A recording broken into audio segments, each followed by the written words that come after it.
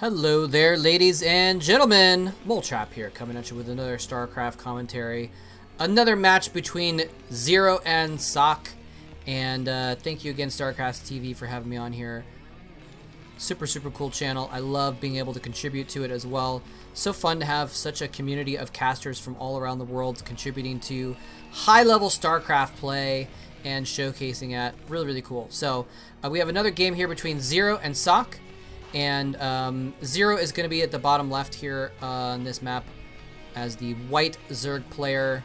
And, excuse me, it says Queen Tube up here. That says he goes by Queen these days.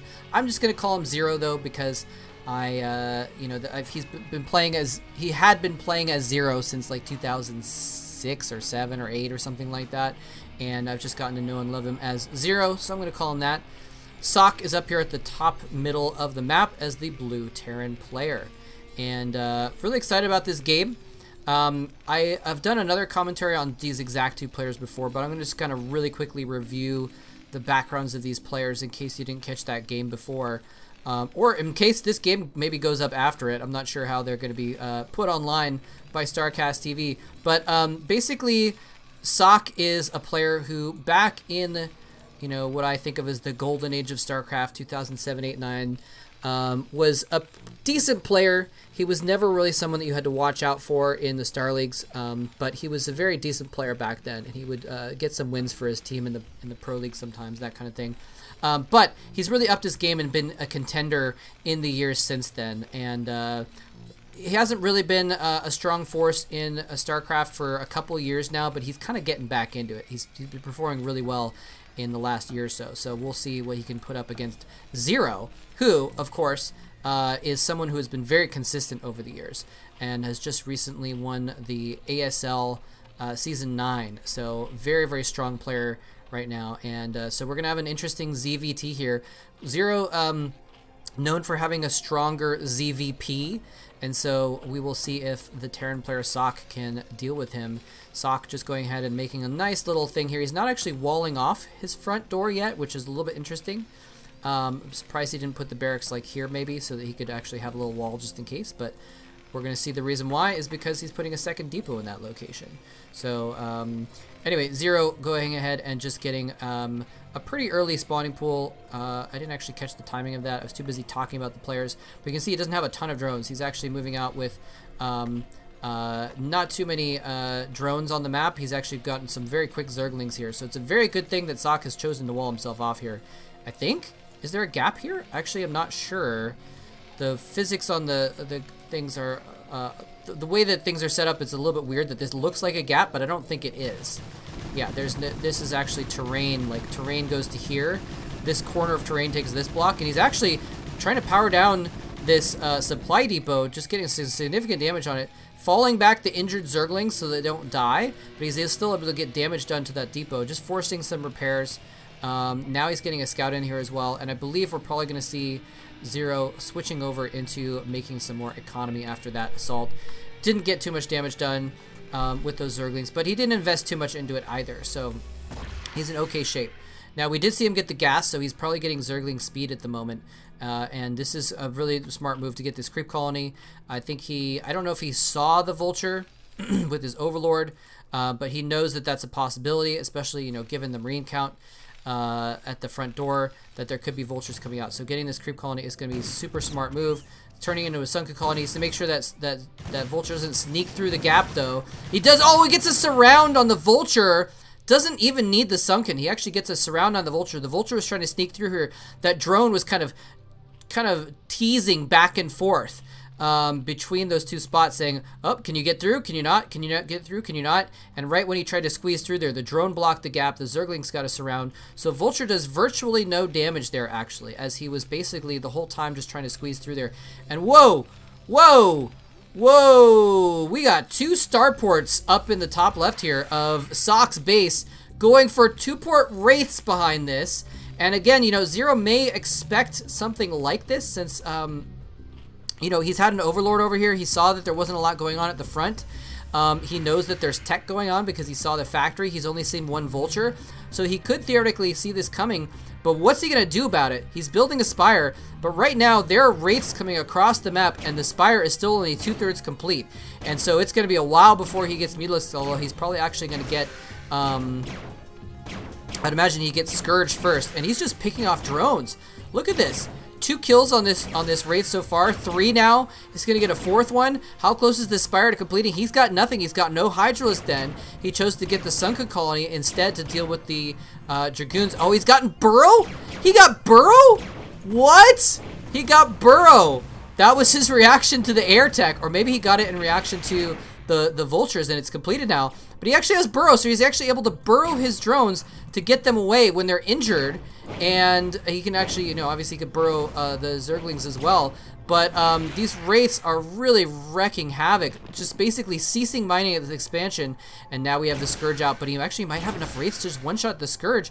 If he doesn't go in with a clump of them, he goes in 2 at a time, he actually could lose those Scourge fairly easily. Mutalisks are coming out as well. We're seeing him creating more Mutalisks over here at the main base as well. Scourge are going in here, and he's actually going to use these Scourge to just scout at this point and see, okay, what's going on. Is there Cloak? He doesn't see a control tower. He knows he doesn't have to worry about Cloak at least. So that's a strong thing. He can skip the Overlord movement speed. He might lose this Overlord regardless, but here we go. Diving in with these Wraiths against Mutalisks. Where are the Scourge? He needs those Scourge to be combating this. Ssak is doing a good job of micring back and forth, trying to keep it so that he can't target fire down the Wraiths very well, and is smartly going to retreat. He needs to be, oh, see, that's what I was talking about. He's got enough Wraiths in the air that he can actually just pick off those Scourge if he's not careful. And it looks like we've got burrowed Zerglings, by the way, at a couple different spots. Really, really cool move if you do get Burrow to put out these little Scoutlings, as they call them, to kind of just have vision on the map. And now he's actually brought the Wraiths back and is repairing them up with SCVs. So he's continuing to build Wraiths. He's going crazy on these Wraiths. It's interesting because this is kind of an insane build, but I actually saw a game from 2003 or 4 where Nada did this. So like this is also old school. Like it's kind of a weird new thing, but it's also an old thing. You know, everything old becomes new again, you know? And so we're seeing him go with just massive amounts of Wraiths and just continuing to pump out Wraiths.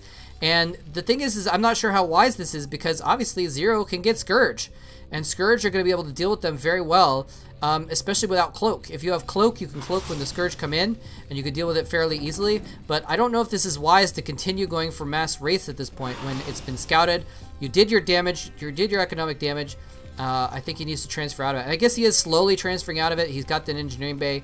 No upgrades going just yet or anything, but he's starting to get Marines out of the second barracks, starting to produce bioforces.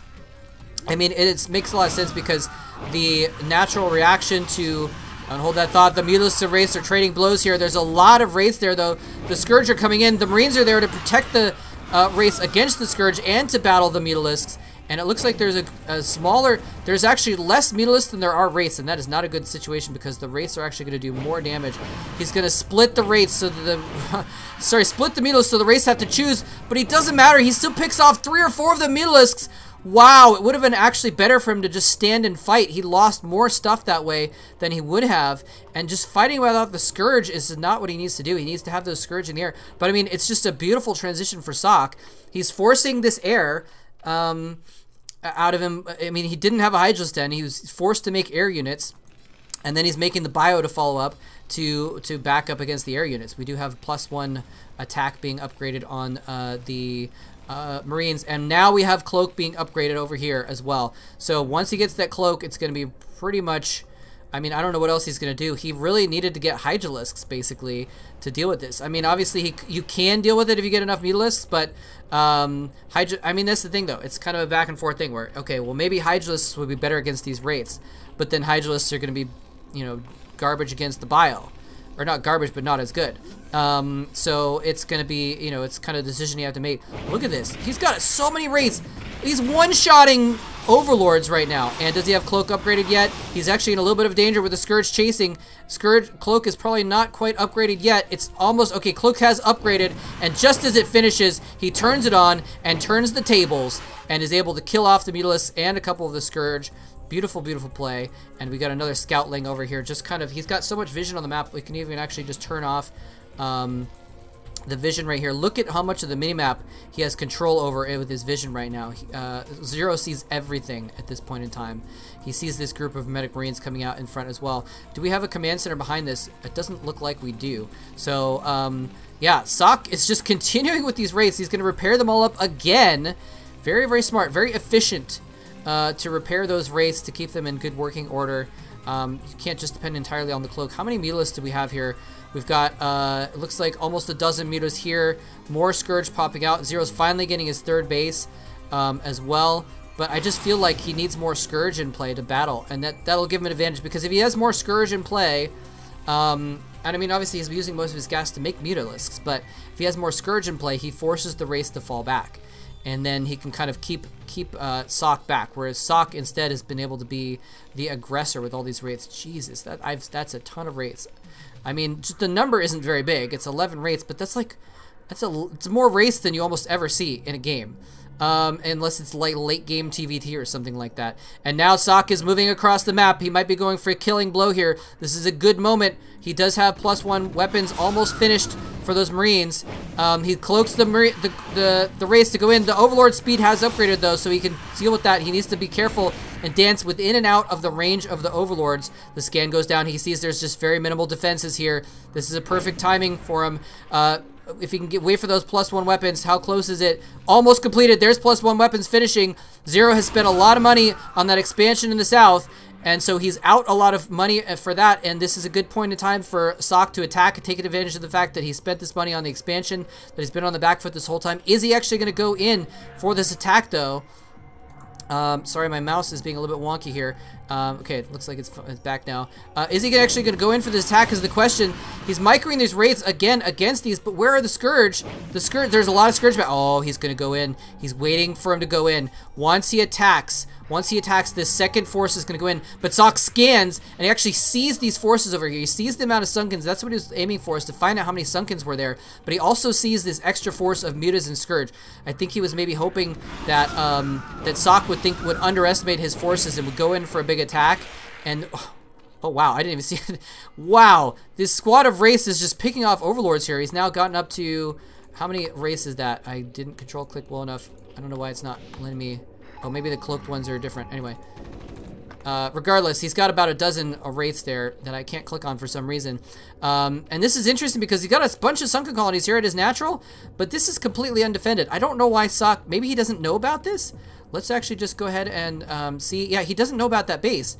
He has to suspect that there's a third base somewhere there. Oh, the Scourge are right there. If he can pick off, no, he falls back. He actually is able to micro against those Scourge and pick them off. I mean, he kind of needs to wait for a good moment. He's going to try and go in from different sides here.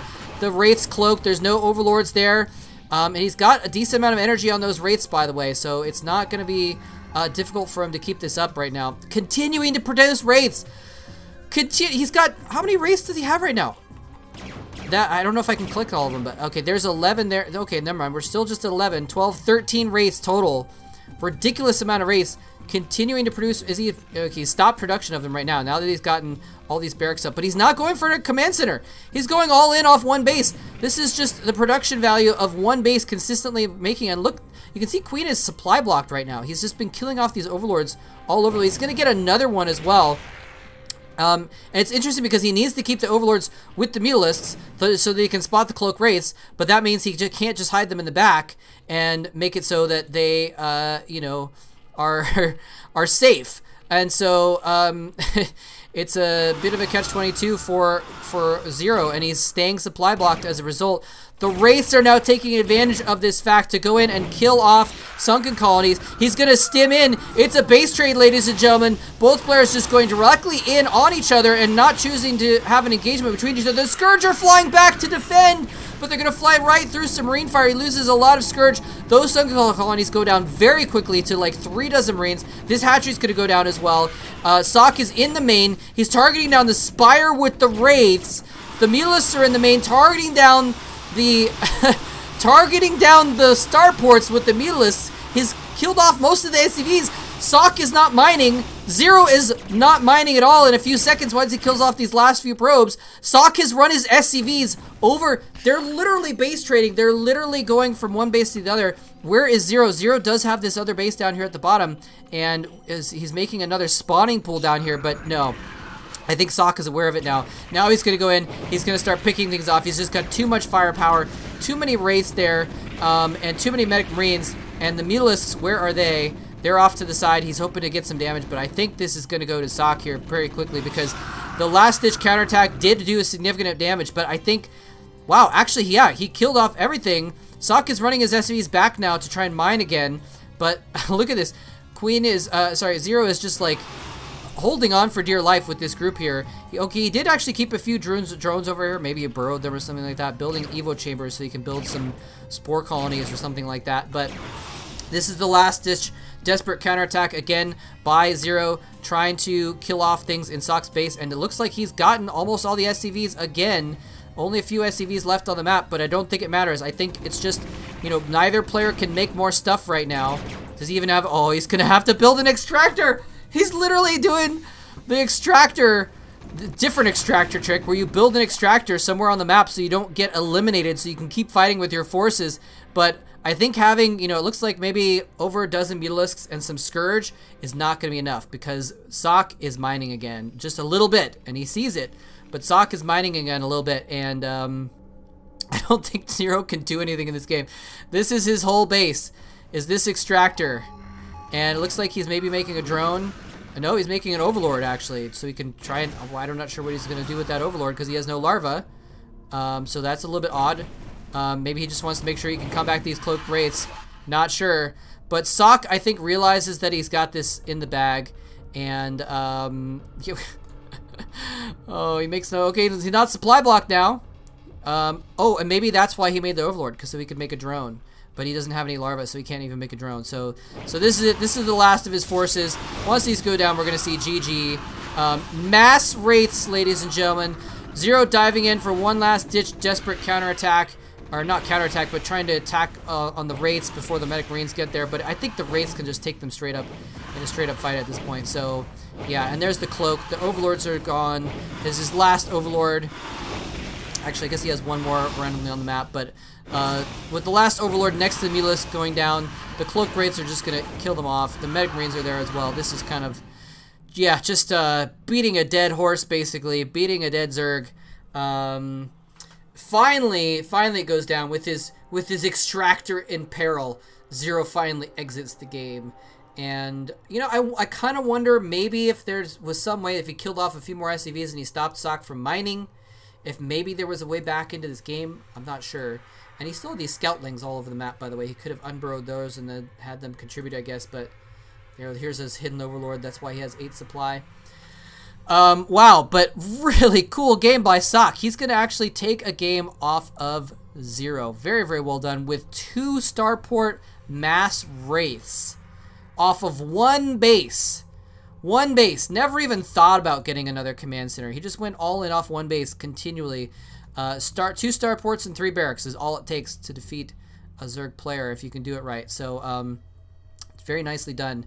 And I also kind of wonder if things have been different if Zero had gone for a different build. We saw Zero go for an early spawning pool and sent out, you know, a handful of Zerglings, but it kind of crippled his economy. So that once those starports went down, and that may have been part of his choice, he might have said, all right, well, his economy is going to be stifled, so I'm going to see if I can take advantage of that with something cheeky with going for these raids. But, you know, Zero's early economy was not in too good of shape, and the early vulture forced him to make a sunken colony and a couple extra Zerglings as well. So, you know, Zero was just kind of behind from the beginning. I wonder if maybe things have been different if he'd gone 2-port Wraith against Zero, which had a better economy going, and maybe would have been able to afford more stuff. Alright, anyway, I hope you guys enjoyed that. I certainly enjoyed that game. Well played on both players, but Ssak is going to take it with the 2 starport Wraiths. I didn't get a really good count at any point, but I think he probably made 20 or 30 wraiths throughout the course of that game, just spending so much, all of his gas on wraiths basically. He made one factory and he made the 2 starports. He upgraded, he had got some upgrades obviously, but he never spent a drop of gas on tanks or Goliaths or anything. He just went mass wraiths with all of his gas, and so kind of a fun game to watch. All right, that's gonna do it for me. GG, thank you for watching. Take care.